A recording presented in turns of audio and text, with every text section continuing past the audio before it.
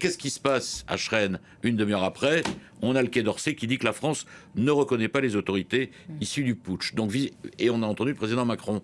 Donc visiblement, le général Tchiani essaye de faire comprendre, notamment à la France, en tout cas aux partenaires occidentaux, que l'armée peut continuer à travailler avec eux, mais certains pays, comme la France, estiment que ces autorités ne sont pas légitimes. On ne reconnaît pas les putschistes. On soutient un président qui n'a pas démissionné, aux côtés duquel nous restons engagés. Et nous soutenons l'action diplomatique, et quand elle le décidera, militaire, de la CEDEAO, dans une approche de partenariat, qui est celle que j'ai présentée en février dernier. Ni le paternalisme, ni la faiblesse, parce que sinon, on n'est plus nulle part. Et on nous explique que la bonne politique aujourd'hui, ce serait de le lâcher, parce que c'est devenu à la mode. Parce qu'en fait, il faudrait produire local maintenant, même quand ce sont des putschistes. J'ai entendu des voix, j'ai écouté des journaux, j'ai lu des tribunes qui nous expliquaient « N'en faites pas trop, ça devient dangereux. » Ça devient dangereux. Non, on doit être clair, cohérent. Cohérent. Sinon, qui nous écoutera? La question qui est posée au Niger, à la différence du Mali et Burkina Faso, c'est à quel point la population nigérienne veulent nous sortir. Il y a une incertitude à ce point-là. Autant au Mali et au Burkina Faso, on est certain qu'ils veulent nous sortir, autant au Niger, c'est loin d'être certain. Et c'est pour ça qu'une intervention militaire est légitime. D'une manière ou d'une autre, il faudra intervenir tout simplement pour 3 raisons précises.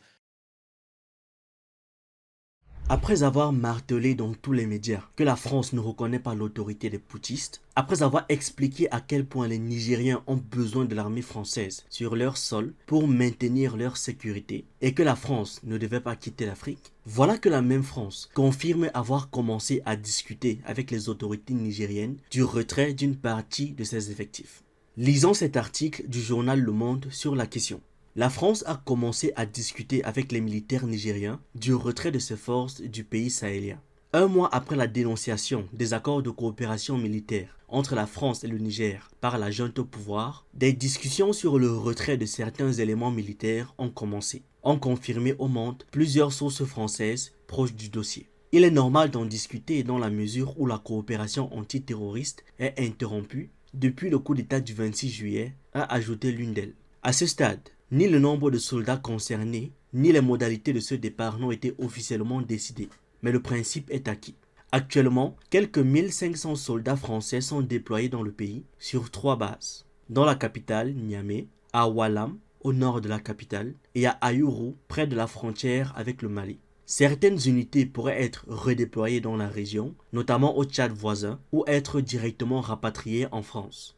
Jusqu'ici, les autorités françaises avaient toujours rejeté les demandes de retrait des effectifs français présents sur place en contestant la légitimité de la junte au pouvoir. Ils refusent aussi le retour à Paris de l'ambassadeur Sylvain Ité. Et elles réclament le retour au pouvoir du président Mohamed Bazoum, avec qui Emmanuel Macron reste en contact. Retirer ne serait-ce qu'un seul soldat du Niger ou de n'importe quel autre pays d'Afrique, c'est une chose à laquelle Paris n'aurait jamais pensé d'elle-même. Il a fallu à chaque fois faire preuve de détermination et les pousser vers la sortie. Le Mali avait demandé leur départ et leur donné 30 jours pour ce faire, mais ce n'est que 6 mois après qu'ils sont partis. Le Burkina Faso, à la suite du Mali, avait demandé leur départ également. 1 mois après, les soldats français pliaient bagages. Aujourd'hui, c'est au tour du Niger et les populations ne cessent de se mobiliser autour de cet objectif. Jour après jour, ils manifestent devant la base militaire française à Niamey et ne comptent pas lâcher tant qu'un seul soldat français sera encore sur leur territoire. La mobilisation ne faiblit pas dans la capitale nigérienne. Des milliers de manifestants ont organisé dimanche à Niamey une 3e journée de rassemblement pour réclamer le départ des soldats français à la suite d'un coup d'État militaire qui bénéficie d'un large soutien populaire, mais que Paris refuse de reconnaître. Les Nigériens sont sortis aux dépens de tous les différends qu'ils ont pour une seule chose, témoigner de la souveraineté effective de leur nation. Et nous sommes ici au prix de notre vie, parce que c'est un sitting constant et permanent jusqu'à ce que les forces d'occupation françaises quittent le Niger. Au total, depuis vendredi, des dizaines de milliers de personnes se sont succédées au niveau du rond-point Escadrille, proche de la base nigérienne où se trouvent les soldats français. Certains manifestants y ont même passé la nuit pour un sit-in. Hier, la résistance a continué. Aujourd'hui, vous êtes témoins. Elle continue. Elle va continuer demain. Elle continuera après-demain. Elle continuera toujours. Ce que vous venez de voir, c'est tout simplement un peuple déterminé à récupérer et garder jalousement sa souveraineté. Et dans ces cas-là, rien ne peut les arrêter. Ils le disent eux-mêmes, ils n'arrêteront pas tant que leur objectif n'aura pas été atteint. Et voilà où les a conduits leur détermination. La France commence déjà à chercher des voies de négociation avec le Niger, ce qui, il n'y a même pas une semaine, nous faisait comprendre qu'il n'y a qu'avec Mohamed Bazoum qu'ils peuvent discuter. Et vous remarquerez que tout se passe bien. On n'a tué personne, ni Mohamed Bazoum, ni ses collaborateurs. On a voulu faire croire à je ne sais qui qu'il y aura des conflits, une guerre, etc., etc. Et ils ont décidé de faire évacuer leurs ressortissants. Et pourtant, voici le témoignage d'un Français qui a décidé de rester au Niger malgré tout. Alors, est-ce que vous envisagez éventuellement de partir un peu plus tard, de prendre justement un des vols affrétés par les différents pays qui en affrètent ?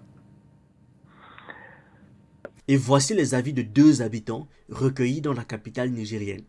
Le politique français n'a vraiment aucune raison de rapatrier sa population sur la France. On n'a pas de problème avec les Français et les ressortissants européens. On a des problèmes avec les gouvernements européens. S'ils ont dit qu'ils vont rapatrier leur population, ils n'ont qu'à rapatrier leur armée d'abord. Écoutons la réaction du général Tchiani. Pour notre part, nous estimons que la vie humaine est sacrée. La vie des Nigériens, aussi bien que celle de tous nos frères et amis résidant au Niger, ils n'ont donc aucune raison objective de quitter le Niger. Comme vous avez pu vous en rendre compte, le fameux sentiment anti-français est tellement palpable dans leurs propos qu'on pourrait même facilement le toucher. Ce qu'il y a à retenir de tout ça, c'est que lorsque les peuples sont déterminés et que cette énergie est orientée de la bonne façon, ils ne peuvent qu'accomplir de grandes choses.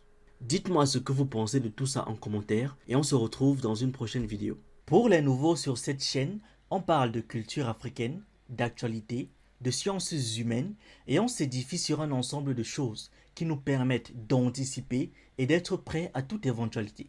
Je vous encourage donc à vous abonner, à liker cette vidéo et à la partager en statut WhatsApp, sur Facebook, sur Instagram ou même ailleurs. C'est totalement gratuit et ça fait toujours plaisir.